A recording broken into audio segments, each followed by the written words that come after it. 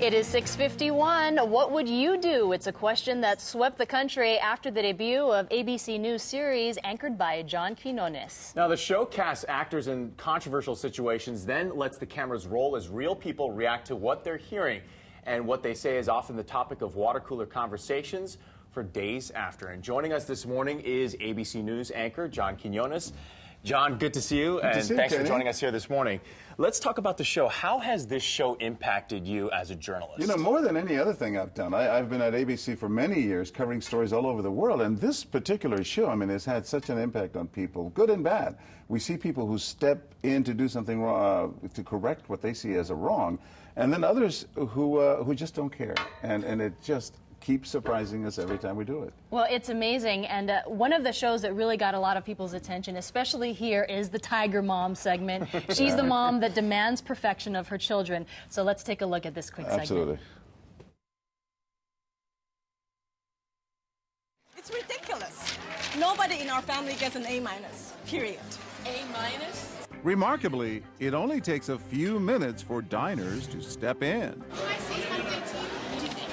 I work with children, and speaking to her in that way is not going to help her. Baby, chill out. Leave her alone. Leave that child alone. She's doing her homework. I need to supervise her. Screaming at her. This is ridiculous. You are the worst parent I've ever seen.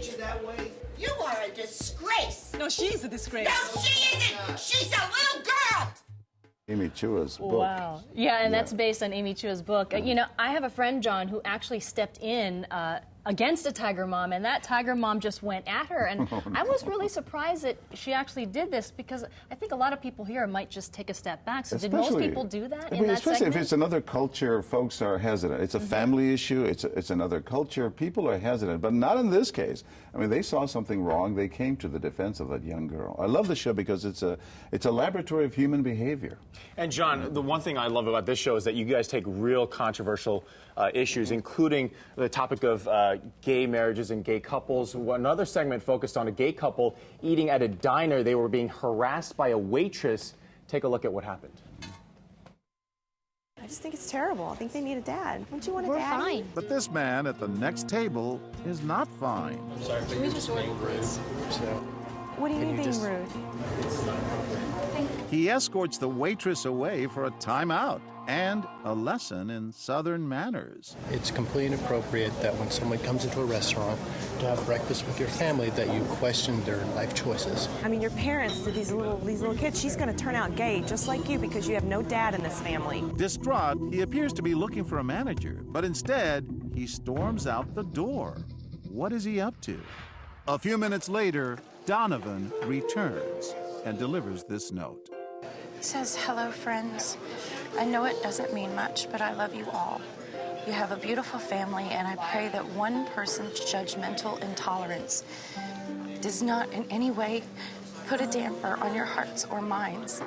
In the words of John, you've had your reaction to you've had such a long career at ABC, but doing a show like this gives you the opportunity to meet some really inspirational people who really speak up when there's injustice. Absolutely, and it happens time and again. And you know, we all judge by appearances, and we all do it. There's a lesson in this show to stop and say to yourself, wait a minute, why am I presuming these things that I'm presuming?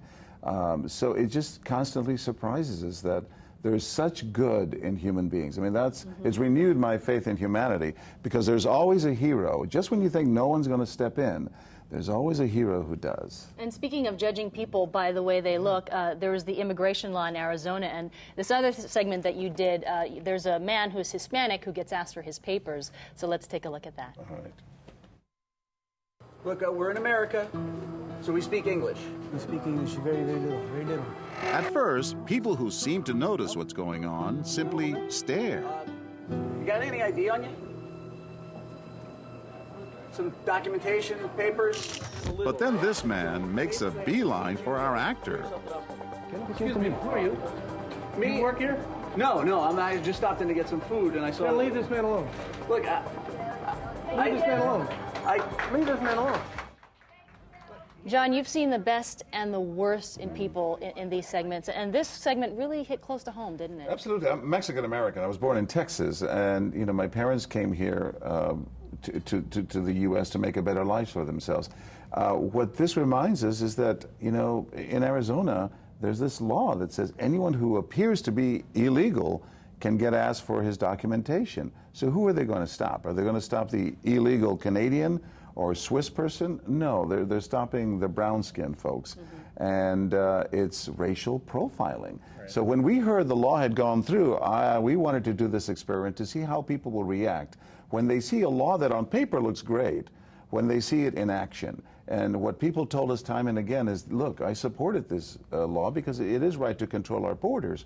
But when I see people being deported, it breaks your heart. Well, John, it was a great segment. Thank you for joining us here this morning. Thank you. We really appreciate it. We're running out of time. And don't forget, What Would You Do airs on KITV News on Friday, July 1st at 8 p.m. Have a great day. Hope to see you back here tomorrow morning. Aloha.